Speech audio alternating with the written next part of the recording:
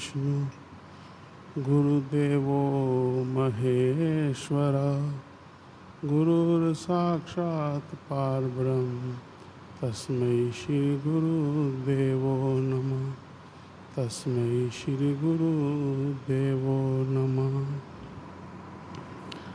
सौभाग्यशाली गुरुमुखों, इसी प्रकार अपने मन और चित्त की समस्त वृत्तियों को एकाग्र करते हुए अपना ध्यान सन्मुख विराजमान सुशोभित श्री परमहंस अद्वैत मत के शाश्वत ज्योतिस्तंभों की ओर अपना ध्यान लगाते हुए एवं हाजिर हजूर श्री श्री 108 श्री हजूर सद्गुरुदेव दाता दीनदयाल जी महाराज जी का दर्शन दीदार अपने मन मंदिर में बसाते हुए अपनी मुख रचना को पवित्र करने और प्रेम सहित मिलकर के बोलिए जयकारा मेरे श्री गुरु महाराज की जय।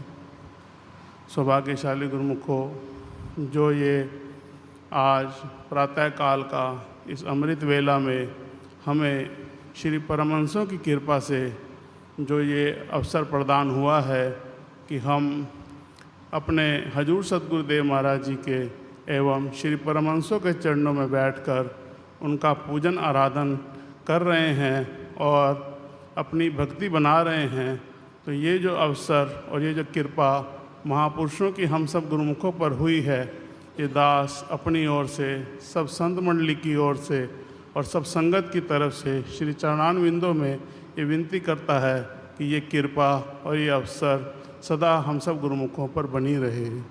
बोलो जयकारा बोल जी की जय।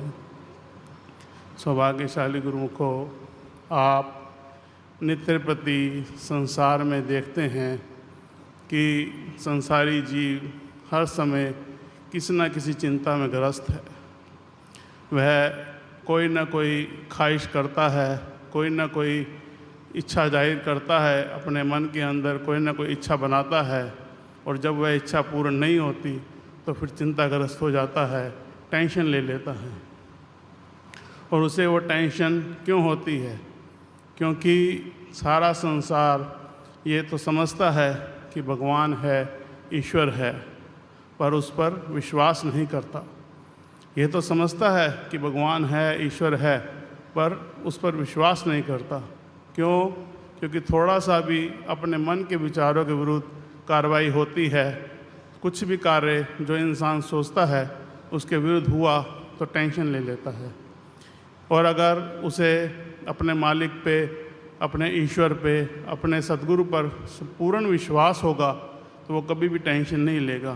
क्योंकि महापुरुष भगवान कभी भी जीव का अहित नहीं करते, वो हमेशा उसके हित के लिए ही कार्रवाई करते हैं। और ये जीव ये नहीं समझता कि कौन सा कर्म, कौन सा ऐसा कार्य है, कौन सा उससे ऐसा कोई कर्म हुआ है जिसको ख़त्म करने के लिए ही उन्होंने ये रचना रचाई है। लेकिन जब वह अपने महापुरुषों पे, अपने सद्गुरु पे, अपने भगवान पे, अपने इष्ट देव पे पूर्ण विश्वास रखता है तो उसे कोई भी चिंता नहीं सताती। ऐसे ही एक बार की बात है, एक संत थे, उनका एक सेवक था और उस सेवक को अपने संतों पे, अपने सद्गुरु पे पूर्ण विश्वास था और वह जैसे जैसे वो उसको आज्ञा करते थे, जैसे जैसे सेवा बताते थे, वो वैसे वैसे ही सेवा करता था। एक बार सत्संग प्रचार के लिए उन्हें बाहर दूसरे गांव जाना पड़ा, तो रात रास्ते में जंगल में पड़ी। तो संतों ने अपना विचार प्रकट किया कि सेवक को कहा कि आज रात यहीं जंगल में रुक जाते हैं। तो सेवक ने कहा सत्वचन जैसी आ गया। तो रात वहाँ पर वो जंगल में रुके और ये तय हुआ कि आधी रात संत जी विश्राम करेंगे और वो सेवक पहरा देगा, और फिर उसके बाद अगली आधी रात वो सेवक आराम करेगा, सोएगा और वो संत जी पहरा देंगे। तो रात शुरू हुई तो संत जी आराम में हुए और सेवक पहरा दे रहा था। तो आधी रात बीत गई, फिर संत जी उठे और उन्होंने सेवक को कहा कि अब तुम आराम कर लो, हम पहरा देते हैं। तो जब संत जी पहरा दे रहे थे तो इतने में एक नाग, एक सर्प वहाँ आया और वो सेवक की तरफ बढ़ने लगा। तो संत पूर्ण थे, तो उन्होंने उस सर्प को देखा और कहा कि भाई तू कहाँ जा रहा है, इधर हमारे सेवक के पास, वो तो हमारे सानिध्य में है। तो संतों ने जब सर्प से पूछा तो सर्प ने कहा कि ये कई योनियों से चलता आया है कि हर योनि में ये सर्प बनता है और मैं जो है इसके गले के से खून निकालता हूँ, खून चूसता हूँ, और फिर अगले जन्म में ये सर्प बनता है और ये मेरे गले से खून चूसता है। ये कई युगों से चला आया है। तो संतों ने कहा कि अगर तुझे इसका गले का खून ही चाहिए तो हम तेरे को वो दे देते हैं। तो सर्प ने कहा ठीक है। तो संतों ने क्या किया, कोई नकीली चीज़ ली और उसके गले से थोड़ा सा खून निकाला और सर्प को दे दिया। तो सर्प वो खून चूसकर संतुष्ट हो गया और चला गया। और फिर उसके बाद संतों ने उसके गले पे थोड़ी मरहम पट्टी मिट्टी वगैरह लगा के और फिर वो रात बीत गई। प्रातःकाल उठा तो सेवक से जब चलने लगे तो संतों ने सेवक से पूछा कि रात को तुम्हें पता लगा क्या हुआ? तो उसने बोला हाँ जी। बोले क्या हुआ? बोले आप मेरे गले के पास आए, कोई नकीली चीज़ चुभाई। बोले फिर तूने कुछ कहा क्यों नहीं? उसने कहा मुझे आप पर पूरा विश्वास है, मुझे आप पर पूरा फेथ है कि आप मेरा कभी भी अहित नहीं करोगे।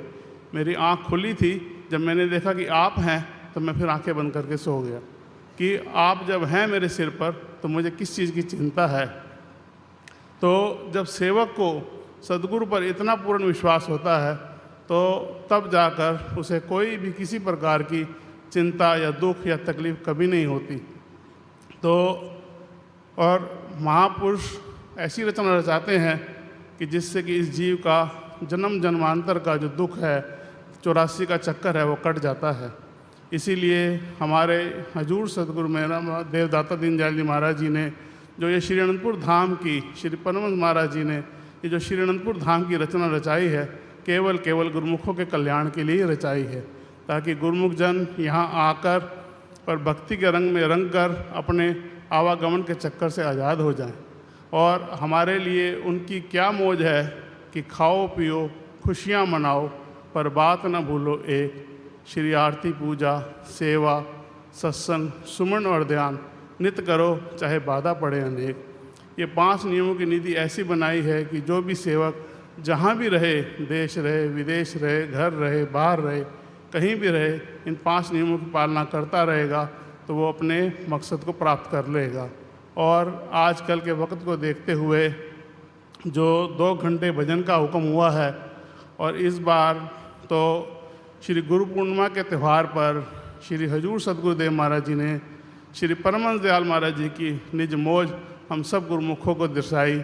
जो भी गुरुमुख जन श्री गुरु पूर्णिमा के त्यौहार पर आया या जहाँ भी था तो उसने वो मौज ज़रूर सुनी होगी, क्योंकि जो भी सेवक, जो भी संगत आई, जो भी संत जन जिनका सत्संग पे सेवा है वो भी आए, और जो श्री अनंतपुर धाम में भी सेवा कर रहे हैं, उन सब के लिए श्री गुरु महाराज जी ने श्री परमहंस दयाल महाराज जी की मौज बताई कि सब सेवक के लिए जो भी गुरुमुख जन श्री अनंतपुर दरबार का सेवक कहलाता है उसके लिए 2 घंटे भजन करना अनिवार्य है।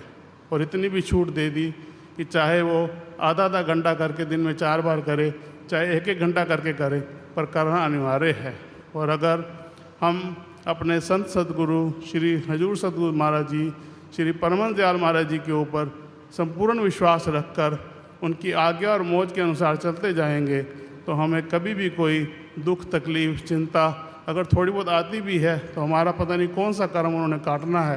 तो इसलिए हम सब गुरुमुखों का फर्ज बन जाता है कि जो श्री गुरु महाराज जी की आज्ञा और मौज हमारे लिए है कि 5 नियमों की पालना श्रद्धापूर्वक और भाव से और 2 घंटे भजन नित्य प्रति करें, ताकि हमारा ये लोक भी सुखी हो पर लोक भी सुहेला हो और महापुरुषों की कृपा के पात्र भी बने।